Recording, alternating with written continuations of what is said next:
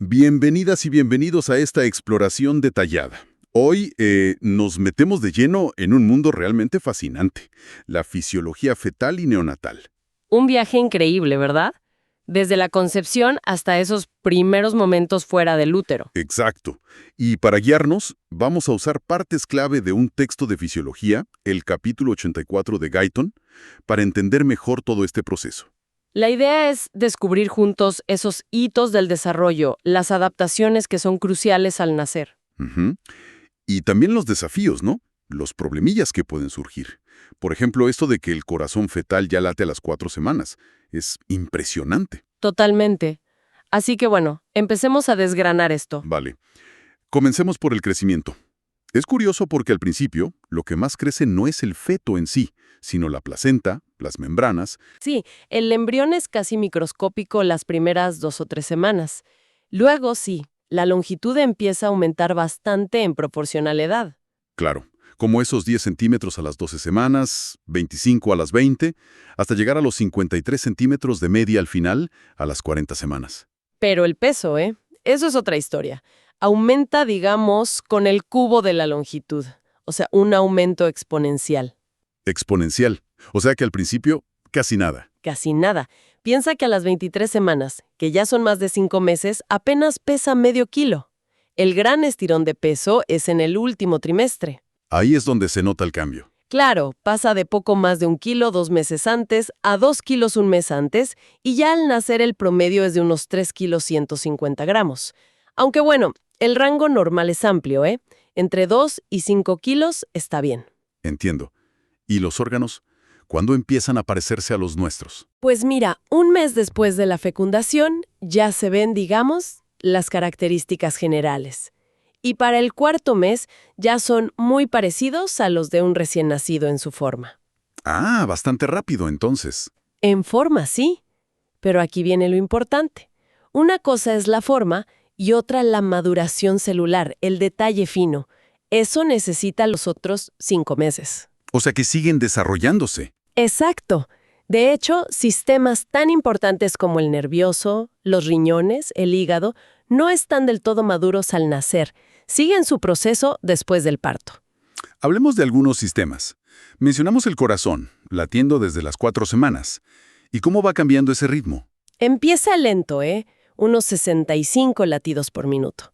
Y va aumentando poco a poco hasta unos 140 justo antes de nacer. ¿Y la sangre? ¿Cómo se forma? Uf, eso es fascinante. Es como una posta. Empieza en el saco vitelino, muy temprano. Luego, el hígado se vuelve el centro principal durante gran parte del embarazo. El hígado. ¡Qué curioso! Sí, sí. Y después, ya hacia el 3er mes, la médula ósea empieza a tomar el control, preparándose para ser la fábrica principal de sangre después de nacer. Vale. ¿Y la respiración? Obviamente dentro no hay aire, pero hacen algo parecido a respirar. Pues sí, hay intentos de movimientos respiratorios. Empiezan hacia el final del primer trimestre, quizás por estímulos táctiles o pequeñas faltas de oxígeno. No se sabe bien. Intentos. Sí, pero lo más intrigante es que estos movimientos se frenan, se inhiben casi del todo en los últimos 3 o 4 meses. Se frenan. ¿Y eso es bueno? Es crucial. Imagínate que los pulmones se llenaran de líquido amniótico o peor, de meconio, que son las primeras heces. Sería peligroso al nacer. Ah, claro. Evita problemas. Exacto. Así, los pulmones llegan al parto llenos solo de un poquito de líquido limpio que ellos mismos producen, listos para el aire. Entendido. ¿Y el sistema nervioso? ¿Qué puede hacer el feto? Bueno, los reflejos básicos, los que controlan la médula y el tronco cerebral, aparecen entre el 3er y 4er mes. ¿Reflejos básicos como cuáles? Como retirar una mano si algo la toca, cosas así. Pero lo que realmente llama la atención es lo inmaduras que están las funciones más complejas, las de la corteza cerebral, incluso al nacer. O sea, el pensamiento, la ramificación, eso tarda más. Mucho más. Piensa en la mielinización, ese aislamiento de los nervios para que la señal vaya rápido. Eso no se completa en vías importantes hasta después del primer año de vida. Por eso, un bebé hace cosas muy distintas a un niño de 1 año. Tiene sentido. Pasemos a la digestión. Empiezan a digerir antes de nacer. Sí, a mitad del embarazo más o menos, el feto empieza a tragar bastante líquido amniótico. Y eso ayuda a que el tubo digestivo se desarrolle, practique. ¿Tragan líquido amniótico? Sí, y lo absorben. En los últimos meses, su función digestiva ya es parecida a la de un recién nacido. Y ahí es cuando se forma el meconio. El famoso meconio. ¿Qué es exactamente? Pues básicamente son restos de ese líquido amniótico que tragó, moco, células que se desprenden del intestino y otras secreciones. Es esa sustancia oscura y pegajosa de los primeros pañales. Ya veo. ¿Y los riñones? ¿Qué papel juegan antes de nacer? Mencionaste que no estaban del todo maduros. No del todo para regular finamente, pero sí para producir orina. Y mucho. Empiezan en el segundo trimestre, ¿Y esa orina dónde va? al líquido amniótico. De hecho, la orina fetal es el componente principal del líquido amniótico, como un 70-80%. ¡Wow! O sea que son súper importantes ya desde entonces. Importantísimos. Si los riñones fetales fallan gravemente, puede haber muy poco líquido amniótico, lo que se llama oligohidramnios, y eso es peligroso para el desarrollo pulmonar y otras cosas. Entendido. Entonces, aunque no regulen perfecto el equilibrio de sales y agua, sí producen orina y eso es vital. Exacto. La regulación fina viene después del nacimiento. Cambiemos el metabolismo. ¿De qué combustible vive el feto? Principalmente de la glucosa que le pasa a la madre por la placenta. Es su fuente de energía número 1. ¿Y almacena energía? Sí, y muy bien. Almacena grasa que la fabrica a partir de la glucosa y también proteínas para crecer. Hay minerales que siempre se mencionan en el embarazo como el calcio y el fósforo. ¿Cómo los acumula el feto? Y el feto gana mucho peso. ¿Y eso supone un gran drenaje para la madre? Pues fíjate que, aunque parezca mucho calcio y fósforo, en realidad es solo como el 2% de lo que tiene la madre en sus huesos. Durante el embarazo el impacto es relativamente pequeño. Eso sí, durante la lactancia la demanda aumenta bastante más. Interesante. ¿Y el hierro? Fundamental para la hemoglobina. El hierro se acumula incluso más rápido. Y aquí hay algo genial. Al nacer, más o menos 1/3 de todo el hierro del bebé está guardado en su hígado. ¿Una reserva? ¿Para qué? Exacto, porque la leche materna, aunque es el alimento perfecto, no tiene mucho hierro. Así que el bebé usa esa reserva del hígado para seguir fabricando glóbulos rojos durante los primeros 4 a 6 meses, hasta que empieza con otros alimentos. ¿Qué previsora es la naturaleza? ¿Y las vitaminas? Son igual de importantes. Absolutamente. Las necesita tanto o más que un adulto, en proporción. Las del complejo B, como la B12 y el ácido fólico, son claves para formar sangre, nervios y para el crecimiento general. La vitamina C, Fundamental para el tejido conectivo, los huesos. La D para que los huesos crezcan bien y, ojo, para que la madre absorba bien el calcio que le pasa al feto. ¿vale? D para los huesos. ¿Alguna otra vitamina crucial? Sí, la K. Merece una mención especial. ¿Por qué? ¿Qué hace la vitamina K? El hígado del feto la usa para fabricar factores de coagulación. Sin ellos, la sangre no coagula bien. Y eso es un problema al nacer. Exacto. El parto es un momento de estrés físico, puede haber pequeños sangrados. Si la coagulación falla, pueden ser graves, sobre todo hemorragias cerebrales. ¿Y por qué podría faltar? Porque la vitamina K la producen principalmente bacterias en nuestro intestino. Y el intestino del recién nacido está estéril al principio. Tarda días o semanas en tener su propia flora bacteriana. Ah, entonces depende de la que le pasó a la madre. Correcto. Depende de la reserva que acumuló en su hígado gracias a la madre. Por eso es una práctica estándar dar una inyección de vitamina K a todos los recién nacidos, para prevenir esos problemas de sangrado. Entendido. Bueno, llegamos al gran momento. El nacimiento. Se corta el cordón, se acaba la conexión con la placenta. Lo primero y más urgente es respirar, ¿no? Es la prioridad número 1, la transición más drástica. Normalmente, el bebé pega la primera bocanada en segundos y en menos de 1 minuto ya tiene un ritmo regular. ¿Y qué es lo que dispara esa primera respiración? Parece que es una mezcla de cosas. El cambio brusco de ambiente, ¿no? De estar calientito y mojado a un mundo más frío y seco. También un poquito de asfixia, digamos, fisiológica, normal del proceso de nacer. Y los estímulos en la piel. ¿Y si no arranca solo? Si no arranca enseguida, el cuerpo tiene otro mecanismo. El dióxido de carbono empieza a subir en la sangre y el oxígeno a bajar, y eso estimula muy fuerte el centro respiratorio en el cerebro. Pero a veces se retrasa esa respiración, ¿no? ¿Cuáles son los riesgos? Sí, puede pasar. Por ejemplo, si la madre recibió anestesia general fuerte, si hubo algún golpe en la cabeza del bebé durante el parto, o si el parto fue muy largo y hubo falta de oxígeno, o sea, hipoxia. ¿Hipoxia por qué? Puede ser por muchas cosas, que el cordón umbilical se comprima, que la placenta se desprenda antes de tiempo, que las contracciones sean demasiado fuertes o que la anestesia a la madre haya sido excesiva. ¿Y cuánto tiempo pueden aguantar sin respirar? Los recién nacidos tienen una tolerancia a la hipoxia bastante sorprendente, mucho más que un adulto. Pueden sobrevivir hasta 10 minutos sin respirar. Un adulto, apenas 4. 10 minutos. Parece mucho. Lo es, pero ojo, si el retraso pasa de 8 o 10 minutos, el riesgo de daño cerebral permanente es muy alto. Afecta zonas profundas del cerebro. Vale. Una vez que inspira, ¿tiene que llenar esos pulmones que estaban llenos de líquido? Mencionaste que estaban colapsados. Exacto. Están colapsados por la tensión superficial de ese líquido viscoso que tienen dentro. Es como intentar inflar un globo mojado y pegado por dentro. Suena difícil. Y lo es. Necesita un esfuerzo inspiratorio inicial enorme. Una presión negativa muy fuerte, más de 25 milímetros de mercurio, a veces hasta 60, para despegar y abrir esos alvéolos por primera vez. ¡Wow! ¿Y las siguientes respiraciones? Mucho más fáciles. Una vez abiertos ya cuesta menos.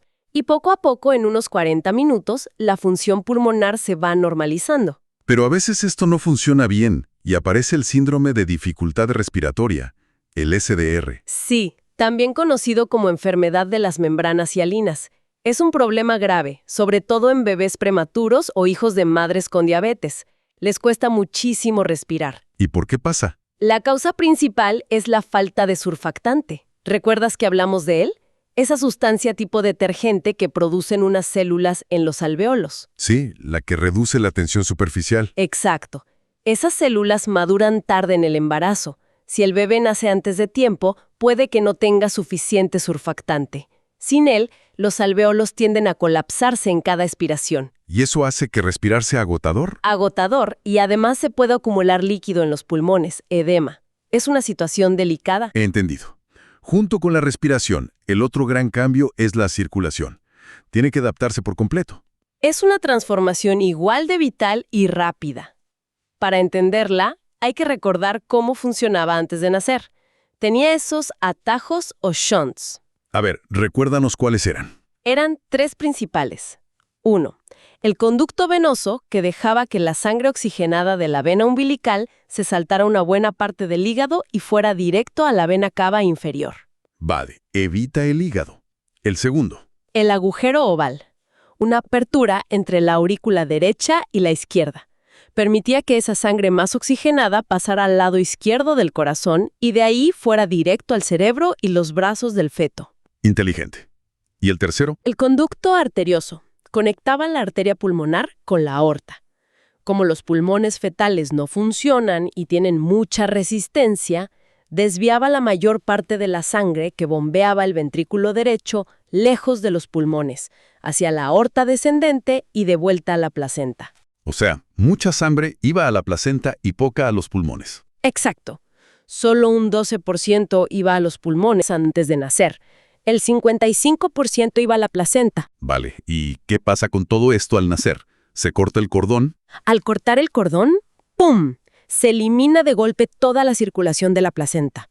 Eso hace que la resistencia en la circulación general del cuerpo, la sistémica, se duplique de repente. Sube la presión en la aorta y el lado izquierdo del corazón. Exacto. Y al mismo tiempo, el bebé empieza a respirar. Los pulmones se expanden y la resistencia dentro de los vasos pulmonares cae en picado. Baja hasta 5 veces. ¿Por qué baja tanto? Por 2 cosas. Al inflarse los pulmones, los vasos sanguíneos que estaban aplastados se abren. Y segundo, llega oxígeno a los alvéolos y el oxígeno revierte la vasoconstricción que había antes por la falta de oxígeno fetal. Entonces, baja la presión en la arteria pulmonar y en el lado derecho del corazón. Correcto. Tenemos un cambio de presiones radical. Sube mucho la presión en el lado izquierdo y baja en el lado derecho. ¿Y cómo afecta eso a los atajos? Empecemos por el agujero oval, entre las aurículas. Pues ahora la presión en la aurícula izquierda es mayor que en la derecha. Eso empuja una especie de valvulita que hay en el lado izquierdo contra la apertura y ¡zas!, la cierra. ¿Así de rápido? Funcionalmente sí, es casi inmediato. Luego, en la mayoría de la gente, se sella del todo con tejido, tarda meses o años. Pero el cierre funcional es inmediato para la presión. Impresionante. ¿Y el conducto arterioso, el que conectaba pulmonar y aorta? Ahí también mandan las presiones. Ahora, la presión en la aorta es mucho mayor que en la pulmonar. Así que la sangre, al principio, intentaría ir al revés, de la aorta a la pulmonar. Pero se cierra, ¿no? Sí, pero aquí el mecanismo principal es otro. El músculo de la pared de ese conducto es muy sensible al aumento de oxígeno en la sangre, que sube muchísimo al empezar a respirar. Ah, ¿el oxígeno lo hace contraerse? El oxígeno y también que desaparece el efecto de una sustancia vasodilatadora, la prostaglandina E2, que venía de la placenta. Esos dos factores hacen que el músculo del conducto se contraiga muy fuerte en pocas horas o días y corta el flujo. Cierre funcional primero, entonces. Sí, en 1 a 8 días. El cierre ya definitivo, con tejido fibroso, tarda de 1 a 4 meses. Si no se cierra, es lo que se llama conducto arterioso permeable. Queda el conducto venoso, el que se saltaba el hígado. ¿Qué pasa con él? Al dejar de llegar sangre por la vena umbilical, pues ya no tiene sentido. Su pared muscular también se contrae, en 1 a 3 horas después de nacer, y cierra el paso. ¿Y eso qué consecuencia tiene? Que ahora toda la sangre que viene del intestino por la vena porta tiene que pasar sí o sí a través del hígado por los sinusoides hepáticos. El hígado empieza a trabajar a pleno rendimiento. Vale. Superados estos cambios circulatorios y respiratorios tan bestias, ¿cómo se maneja el bebé los primeros días? ¿De qué vive si ya no hay glucosa constante de la madre? Buena pregunta. Tira de sus reservas. Tiene glucógeno guardado en el hígado y los músculos, pero eso dura solo unas horas. ¿Y después? Después, como su hígado todavía no es muy bueno fabricando glucosa nueva, lo que se llama gluconeogénesis, es normal que el nivel de azúcar en sangre baje un poco, a 30 o 40 miligramos decilitro el primer día. ¿Tan bajo? ¿Y no es peligroso? Es bajo, pero lo manejan bien, porque empiezan a usar sus reservas de grasa y proteína como combustible, hasta que la leche materna ya esté bien establecida, que suele tardar 2 o 3 días. Entiendo. Y pierden peso al principio, ¿verdad? Sí, es normal una pérdida del 5 al 10%, a veces un poco más. Es principalmente líquido. Piensa que su recambio de líquidos es 7 veces mayor que el de un adulto, en proporción a su peso. Eso, sumado a que tardan un poco en empezar a comer bien, causa esa bajada de peso inicial. Parece que una palabra clave para el recién nacido es inestabilidad, ¿no? Sus sistemas aún no están del todo afinados. Totalmente. Es una característica fundamental. Los sistemas de control, hormonales, nerviosos, todo está como ajustándose, madurando. La homeostasis es más frágil. Por ejemplo, en la respiración. Respiran rápido, unas 40 veces por minuto, que es el doble que un adulto en relación al peso. Pero la cantidad de aire que les queda en los pulmones después de expirar, la capacidad residual funcional, es la mitad que la de un adulto, también en relación al peso. ¿Y eso qué implica? Que tienen menos colchón de aire. Si la respiración varía un poco, los niveles de oxígeno y CO2 en sangre pueden fluctuar más bruscamente que en un adulto. Menos estabilidad. ¿Y en la circulación y la sangre? Pues el gasto cardíaco también es el doble que el adulto en proporción, unos 500 mililitros por minuto. Pero la presión arterial empieza bajita, 70-50 más o menos, y va subiendo gradualmente durante meses y años. ¿Y la sangre en sí? Nacen con muchos glóbulos rojos, unos 4 millones por milímetro cúbico, por la relativa falta de oxígeno en el útero. Pero luego, al respirar aire, ese estímulo desaparece y los glóbulos rojos bajan un poco en las primeras semanas. Es la llamada anemia fisiológica del lactante. Después se recuperan. ¿Y los glóbulos blancos? Altísimos al nacer, unos 45,000 por milímetro cúbico, 5 veces más que un adulto. Es una respuesta normal al estrés del parto. Luego bajan. Antes mencionaste la inmadurez del hígado. ¿Qué problemas concretos puede dar eso? Bueno, lo más típico es la ictericia fisiológica. Como el hígado aún no conjuga bien la bilirrubina, que es un desecho de los glóbulos rojos viejos, esta se acumula un poco y da ese color amarillento a la piel y los ojos. Suele ser leve y desaparecer en 1 o 2 semanas. ¿Qué otras funciones hepáticas están inmaduras? Pues fabrica menos proteínas plasmáticas, lo que podría favorecer un poco el edema. Su capacidad de hacer gluconeogénesis es limitada al principio, como dijimos. Y también produce menos factores de coagulación, aunque normalmente la vitamina K que se les da compensa esto. Y el equilibrio de líquidos y ácido base. También inestable, imagino. También, su metabolismo produce proporcionalmente más ácido que el de un adulto, así que tienden un poco a la acidosis. Y sus riñones todavía no concentran la orina muy bien, así que pierden agua más fácil y son más propensos a la deshidratación si no toman suficiente líquido. Vale. ¿Y la digestión? Una vez que empiezan con la leche, ¿la manejan bien? General, sí, sobre todo la leche materna está perfectamente adaptada. Pueden tener un poco más de dificultad para digerir almidones porque producen poca amilasa pancrática al principio. Y la absorción de grasas, especialmente las saturadas, es un poquito menor que en adultos. Pero las proteínas las usan bien. Excelentemente. Tienen una capacidad enorme para usar las proteínas para construir sus propios tejidos y crecer. ¿Y la temperatura? Les cuesta mantenerla. Les cuesta. Tienen un metabolismo basal alto, el doble que un adulto en relación al peso. O sea, producen mucho calor.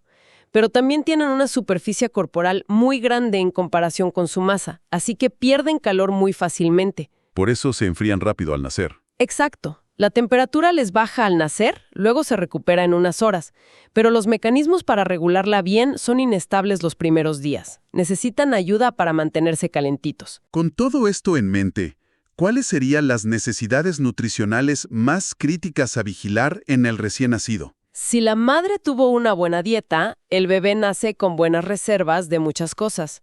Pero hay 3 puntos clave a tener en cuenta. A ver. Primero, calcio y vitamina D. Los huesos están creciendo a toda velocidad, necesitan mucho calcio. La leche suele dar suficiente calcio, pero necesitan vitamina D para poder absorberlo bien.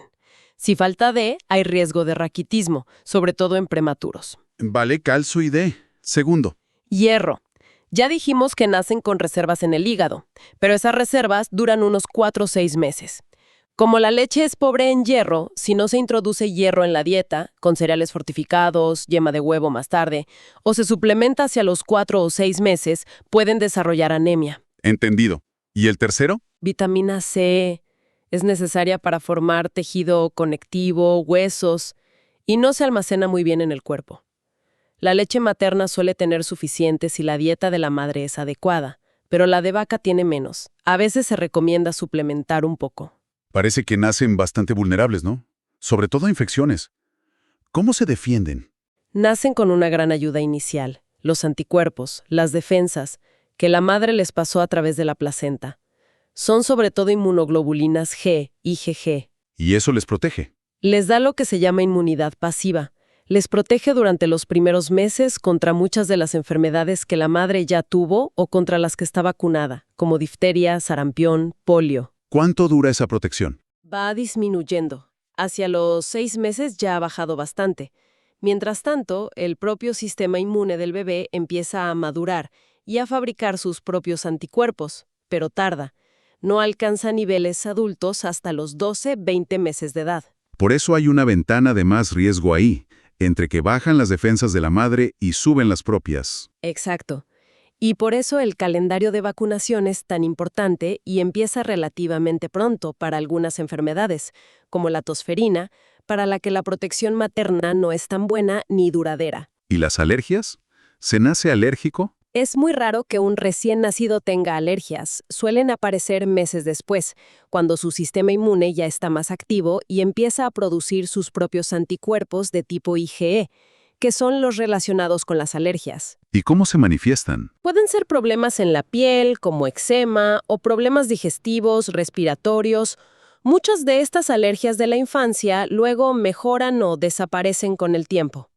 Pueden tener problemas hormonales justo al nacer. Sí, a veces relacionados con las hormonas de la madre que pasaron la placenta.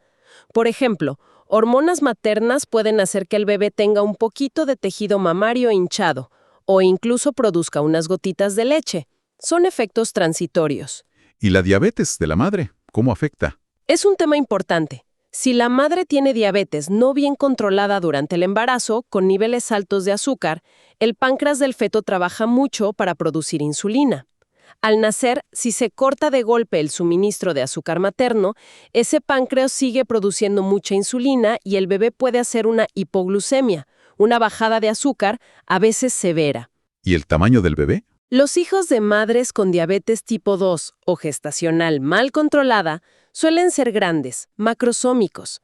Curiosamente, los de madres con diabetes tipo 1 de larga evolución y mal controlada a veces pueden tener retraso de crecimiento. También problemas tiroideos de la madre pueden afectar al bebé. Vaya, cuántas cosas a tener en cuenta. Y todo esto que hemos hablado se multiplica si el bebé nace prematuro, ¿no? Totalmente. La prematuridad es como una lupa que aumenta todos estos desafíos. Básicamente, son dos grandes problemas: la inmadurez de todos los órganos y sistemas y la tremenda inestabilidad de todos los controles del cuerpo. ¿Qué órganos son los más críticos en un prematuro? Los pulmones, sin duda. Poco desarrollados, falta de surfactante. El riesgo de SDR es altísimo. Pero también el intestino, que no digiere ni absorbe bien. El hígado, inmaduro para todo lo que hemos dicho. Los riñones, que manejan mal los líquidos y los ácidos. El sistema inmune, muy inmaduro, con riesgo de infecciones. ¿Y la inestabilidad que mencionas? Extrema. El pH de la sangre puede variar mucho, las proteínas bajas causan edema, el calcio bajo puede dar tetania, como calambres, la glucosa sube y baja de forma impredecible, y la temperatura. La temperatura debe ser un problema enorme. Enorme. Tienden a igualar la temperatura del ambiente, sea frío o calor. Mantenerlos por encima de 35.5 grados es crucial y necesitan incubadoras sí o sí. Mencionaste la dificultad respiratoria y que a menudo necesitan oxígeno, pero creo que hay un riesgo con eso también, ¿no? ¿Sí? Es una paradoja delicada. El oxígeno es vital si lo necesitan, pero un exceso de oxígeno, sobre todo en los muy prematuros, puede ser tóxico para la retina que todavía se está desarrollando. ¿Y qué puede causar? Puede detener el crecimiento normal de los vasos sanguíneos de la retina. Y luego, cuando se quite el oxígeno, esos vasos intentan crecer de nuevo, pero lo hacen de forma descontrolada, anormal, invadiendo el interior del ojo. Es la fibroplasia retrolental que puede causar ceguera. ¡Qué complicado! Hay que dar el justo. El mínimo necesario. Es un equilibrio muy fino que requiere monitorización constante. Bueno, para ir cerrando este recorrido, después de este periodo neonatal tan intenso y lleno de adaptaciones, ¿cómo sigue el crecimiento? Pues sigue patrones bastante predecibles. Niños y niñas crecen más o menos igual en estatura hasta los 10-11 años. ¿Y luego? Luego viene la pubertad. Las niñas suelen tener el estirón antes, entre los 11 y 13 años, impulsado por los estrógenos, y terminan de crecer antes, hacia los 14-16. ¿Y los niños? Los niños tienen su estirón más tarde, entre los 13 y 17, por la testosterona. Como empiezan más tarde y dura más tiempo, acaban siendo en promedio más altos. ¿Y el desarrollo del comportamiento, las habilidades? Eso va totalmente ligado a la maduración del sistema nervioso. ¿Recuerdas la mielinización? Tarda 1 año en completarse en vías importantes. La corteza cerebral, el centro del pensamiento, tarda meses en madurar funcionalmente. El cerebro crece muchísimo al principio. Enormemente. Al nacer es como un 26% del tamaño adulto. Al año ya es el 55%. Y casi alcanza el tamaño adulto al final del 2º año. Por eso los hitos del desarrollo, sentarse, caminar, decir las primeras palabras, siguen una secuencia que refleja esa maduración neurológica. Ha sido un viaje increíble, de verdad. Desde esa célula microscópica hasta el recién nacido enfrentándose al mundo exterior. ¿Qué nos llevamos de todo esto? Yo creo que, por un lado, una admiración por la resiliencia, por el diseño biológico tan perfecto que permite que la vida empiece y se adapte. Pero también una conciencia de la vulnerabilidad inicial. Vulnerabilidad y capacidad de adaptación, ¿no? Exacto. y nos recuerda lo importante que es todo lo que rodea ese comienzo. La salud de la madre, el cuidado prenatal, el apoyo especializado cuando hace falta, todo cuenta. Y nos deja pensando. La fuente que usamos habla de conceptos como la programación fetal, la idea de que lo que pasa en el útero puede influir en nuestra salud mucho después, en la vida adulta. Sí, es un campo de investigación fascinante. Entonces, como reflexión final, considerando toda esta plasticidad, estas adaptaciones tan bestiales que ocurren justo antes y después de nacer, ¿de qué maneras cosas que parecen sutiles en ese ambiente temprano podrían estar moldeando nuestra salud a largo plazo de formas que quizá ni siquiera hemos empezado a entender bien? Una pregunta potente para seguir explorando.